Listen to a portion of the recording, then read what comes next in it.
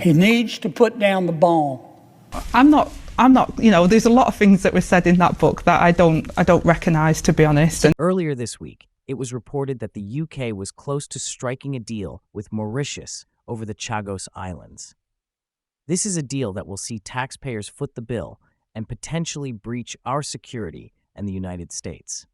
In today's video, we will react to a footage from the floor of the United States Senate as they plead with Keir Starmer to make a U-turn.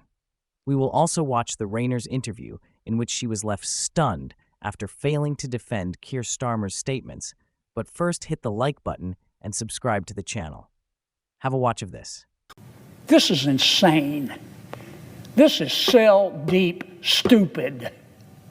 This is bone deep down to the marrow stupid. Because the United Nations wants the United Kingdom to feel guilty, they want to give our military base and their military base to Mauritius.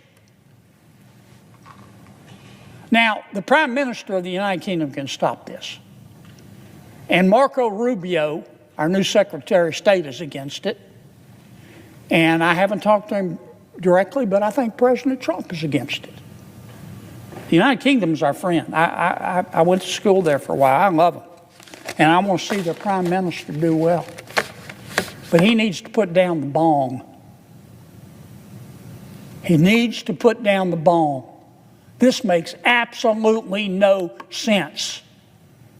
And it's going to be a big part of his legacy if he gives away this island and our military base to, in effect, what will eventually be China.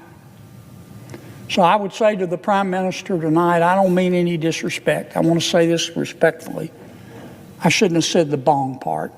I take it back. Please, Mr. Prime Minister, don't do this. Don't do this. We'll stand with you in telling the United Nations, who's upset with you, to go fill out a hurt feelings report, because we're not doing it. We'll stand with you. After this, Angela Rayner tries to defend Starmer's statements, but is ruthlessly grilled. This is absolutely excruciating to watch her, as Angela Rayner finds herself in an incredibly awkward moment as she has put on the spot overpass remark she allegedly made. During a tense interview, she is grilled on whether she once said that Keir Starmer couldn't run a bath, rather than confirming or denying the statement outright. She responds with a vague and dismissive, "I don't recognize that." But the uncomfortable exchange doesn't stop there. When pressed further about whether she previously referred to Prince Andrew as a manse, she gives exactly the same response, dodging the question without actually addressing it. This kind of evasiveness only adds to the sense that she is floundering under pressure instead of offering a clear and confident defense. She comes across as shifty and unconvincing. Quite frankly, the whole spectacle is embarrassing to watch. Have a watch of this. But a new book reports that you said he couldn't run a bath.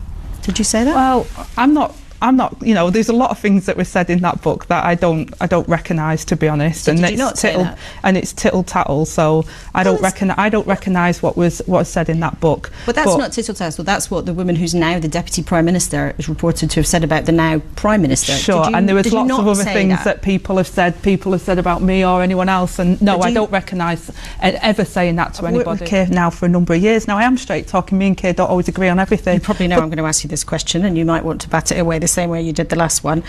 Did you refer to a member of the royal family as something I'm not sure we're allowed to say on a Sunday morning, but in case we can bleep it out, did you suggest... Again, I'm not making any comments about what said or not said. Did you deny that you called a member of the royal family a nonce? Said in a book.